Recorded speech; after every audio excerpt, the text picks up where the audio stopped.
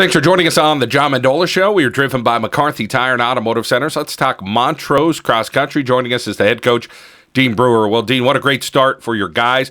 Hey, girls are doing pretty well.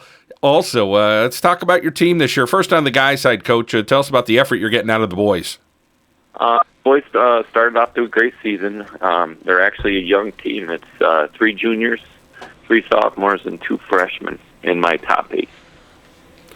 Let's talk. Go ahead. Other than that, they've been racing well, and we're just trying to stay healthy. Let's talk about the youth that you have and getting guys to buy in and train the right way. Tell us about the methods you guys are using to get a good formula that's working. Well, it started 5 years ago, and my oldest son joined, and we only had 1 junior high boy runner at the time. And we built to 16 runners on the varsity boys team this year. And we're back down to a small junior high this year, but we have 1 quality boys. So they've just been working hard and putting in good summers. Tell us about the hills there in Montrose. What makes a good cross-country runner? We do have some hills in Montrose. It's not that we seek them out. They're just a part of our training. Some days we try to stay off them as much as we can. Dean Brewer joining us from Montrose as we talk about the cross-country team. Dean, coming into this season, did you think you'd get out to the start that you're at? I mean, you guys have been unstoppable. I didn't know how good they would develop. I mean, we were counting on the 3 sophomores and the 2 freshmen. I thought my 2 junior boys and my 1 sophomore boy were pretty good off the track season. I could tell, but I didn't know how those other boys would translate into the group. Dean, how about the attitude and the confidence these guys have been getting since the season started as you guys put together a bunch of wins in a row here? Their attitude's good. We preach humility and being humble. None of this to this point really means anything if you can't finish the season. We base it on trying to get to the district meet where we'll meet quite stiff competition. I would think right now Dallas is the overwhelming favorite on the AA side from the Wyoming Valley Conference, and then it's like a toss-up. There's probably 3, maybe 4 teams that could put in a good race on that day. It could be Montrose, Valley View, North Pocono, Honesdale. All have good runners this year with a shot at that second spot to get to the state meet.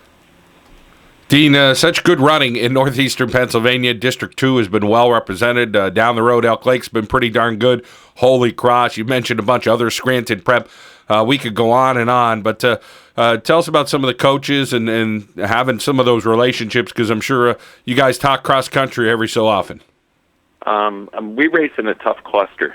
We race with Elk Lake and Blue Ridge on a regular basis, and then we race the competition of our league on a weekly basis that guarantees a good meet every week. This week we had Wallen Paulpack, who's is undefeated also, just like us on the boys' side, and a very young team. I don't know if they have a senior in their top group. So it's been tough. It's going to be tough. My son hasn't made it to states as a junior because we had 11 individual runners from District 2 on the boys' side, AA, that were all state runners last year. And that's incredible. That's a big number, as you said, 11 guys. And hopefully he's knocking on the door for you this season. Coach, over on the girls' side, they're out to a pretty good start as well. Tell us about how your young ladies are doing and what the age levels are there. Are you young as well on the lady side? I picked up a couple new runners in the off season, and I have 3 seniors that have kind of replaced the girls that I've gone through the last 2 years. I had a real decent girls team a few years back, and I finally graduated the last one of that group.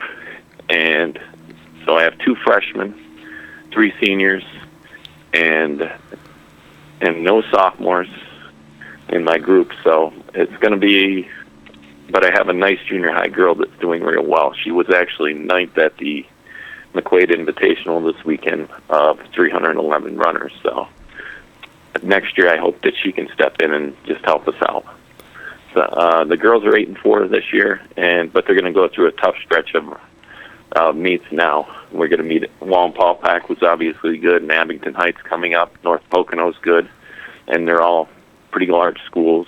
So it'll be interesting to see how we play through those ones. Well, Dean, continued success at Montrose. Congratulations on a real nice season thus far. It's October. Things start heating up a little bit for the next month. So I know you guys will be ready to go. Yeah, we have 24 days, and then it really counts. Thank you for having us on. It's deeply appreciated. It's always nice when cross-country gets some press. Well, they deserve it. You guys are making us proud here in northeastern Pennsylvania, what the runners in District 2 do on the girls and the guys side, and some good coaching as well.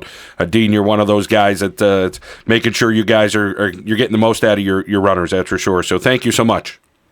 Thank you very much. Dean Brewer, Montrose Area Cross Country here on the John Mendola Show.